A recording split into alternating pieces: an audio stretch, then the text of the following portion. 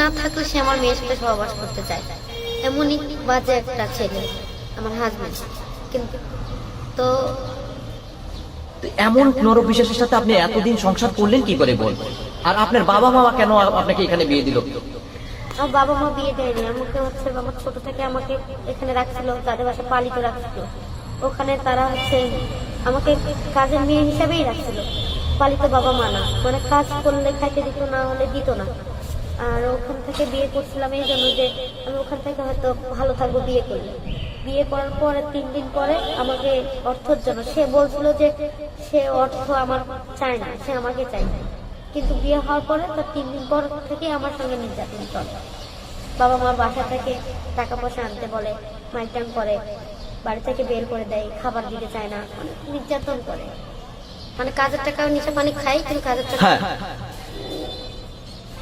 তার মানে লোক নেশার জন্য কি করতে আমাকে একটু বলবেন? নেশার জন্য সে মানে রুমের মধ্যে লোক নিয়ে আসতো, অন্য লোক নিয়ে আসতো, নিয়ে এসে আমার আমার মানে যাকে বলে খারাপ কাজ করতে, ওইটার জন্য লোক রুমে নিয়ে আসতো। নেশার পরে আমাকে বলতো খারাপ কাজ করা যায়, কিন্তু আমি এটা রাজি হইনি। তখন রাজি হইতাম না, তখন মায়ের পিট করতাম। তারপরও আমি ভাবতাম বিয়ের পরে মেয়েরা স্বামীর ইনকাম খায়, কিন্তু সে আমার ইনকাম খায়, কারণ ইনকাম খায়। আমি অনেক চেষ্টা করছি তাকে টাকা পয়সা, আমি কাজ করলে তাকে আমি বেতনের টাকাটা আনে উঠাই দিই, কিন্তু তবু সে আমাকে কখনো সাপোর্ট করে। কিন্তু তারপরে সে আমার মেয়ের কাছে টাকা না দিলে আমি, আমার শরীর অসুস্থ থাকে, খারাপ থাকে, একটা রাত তার সঙ্গে সহবাস না করলে সে আমার মেয়ের কাছে থাকতে চায়, আমার মেয়ের কাছে থাকতে চায়। তবু আমি আমি খুব খারাপ থাকলেও সে আমার মেয়ের কাছে থাকতে চায়। তারপরেও এই এত নির্যাতন সহ্য করছি বাচ্চাদের জন্য বা নিজে একটু ভালো থাকার জন্য। কিন্তু তার কাছে টাকা পয়সা দিলেও তাও সে খুশি না, সে খারাপ কাজতে বলে যে এই কাজ করতে হবে। কিন্তু সেখান থেকে বাঁচার কারণে আমি ওখান থেকে বের হয়ে আসি। আমি হচ্ছে যখন আমি শরীর খুব খারাপ থাকে, সে যখন আমার কাছে আসতে চায়, আমি যদি না পারি তাহলে সে আমার হাত পা বেঁধে আমাকে নির্যাতন করতো। যদিও না পারি, হাত পা বাঁধে আর কি, এরকম নির্যাতন করতো, মুখের মধ্যে কাপড় বুঝাই দিত যে সে একটার পর একটা ক্ষতি করতেছে। সে আমাকে ভোগ করে হয় না, তার নিজের বিয়ের কাছে যাইতে চায়। আর আমার বিয়ের বয়সও বেশি না, 4 বছর বয়স। আমি মা হয়ে এটা কখনোই বাড়ি নিতে পারবো না, যার কারণে আমি ওখানে, তারই তো সন্তান। জি তার সন্তান, কিন্তু সে মানতে রাজি নেই। এমন কোনো রাত নেই সে আমার সঙ্গে সহবাস করে না।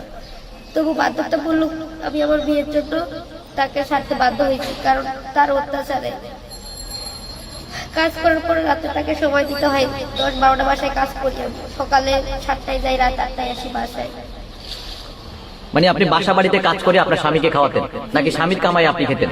না, আমার কামাই আমার স্বামী খেত। ও সে বসে থাকতো, কাজ করতো না, অনেক নেশা করে। আবার নেশা করে কাজ থেকে যাওয়ার পরে খাবার খাইতে দিত না, যে আমাকে আগে খুশি করাতে হবে, তারপরে ভাত খেতে হবে, বা গাও গোসলও করতে দিত না। এরকম অত্যাচার করতো। ঘরে যাই আসবাবপত্র যা আছে সব ভাঙে দিত, নিজের পরার কাপড়টাও থাকতো না, আগুন লাগায় পুড়ে দিত। কি নাম আপনার স্বামী? আমার স্বামীর নাম হচ্ছে সাদ্দাম।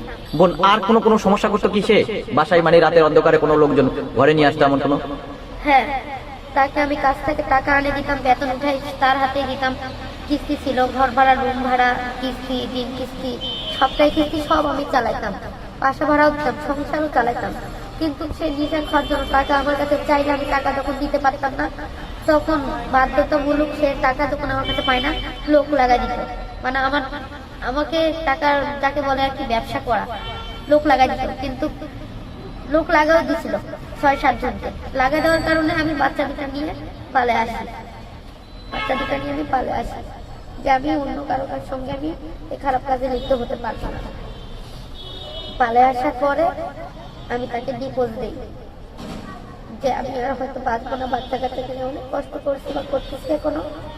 মানে তার ব্যবহার, আচার আচার কারণে আমি আজকে ডিভোর্স দিই,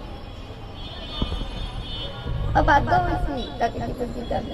আপনি যখন আপনি পালক বাবা মায়ের কাছে বড় হয়েছিলেন, তখন সেখান থেকে বাঁচার জন্য আপনি বিয়েটাই মানে প্রাধান্য নিয়েছেন, যে বিয়ে করলে হয়তো আপনি সুখে থাকবেন, একটু ভালো থাকবেন, অন্তত শান্তিতে থাকবেন, যে এখানেও কাজ করে খেতে হয়, আপনার স্বামীর ঘরে গিয়ে হয়তো একটু ভালো থাকবেন, সেই চিন্তা করছিলেন। কিন্তু স্বামীর ঘরে এসে কিন্তু সেই আপনি কতদিন ভালো ছিলেন একটু বলবেন? আমি বিয়ের পরে হয়তো ভালো ছিলাম, এই 3 দিন ভালো ছিলাম, এর বেশি মনে ভালো ছিলাম না। তারপরে মানে জীবনটা আমার মায়ের পিঠপাট খাইতেই শেষ। মানে আমি খুঁজে পাই না যে এই সময়টাতে আমি ভালো ছিলাম। মানে বিয়ের পর থেকে মানে জীবনে ভাবছিলাম যে যেখানে আমার বাবা মা পালিতে দিয়েছিল, তো ভাবছিলাম এখান থেকে কাজ কাজ করতে হয়তো হবে না বিয়ে করলে, কিন্তু তারপরও হ্যাঁ, পালিত যাদের বাসায় ছিলাম, কিন্তু করা হচ্ছে আমাকে বিয়ে যখন হয়ে যায় আমি ভাবতেছিলাম যে এখান থেকে চলে গেলে আর কাজ করতে হবে না, হয়তো আমি আমার বাসায় থাকবো, কাজকর্ম করবো, মাইটাং খাইতে হবে না, চিন্তা থাকবে না। কিন্তু বিয়ের পরে কিন্তু কারো বেশি চিন্তা চলে আসলো মাথার মধ্যে, তাকেই খাটে খাওয়াইতে হয় আর কি, এরকম অবস্থা।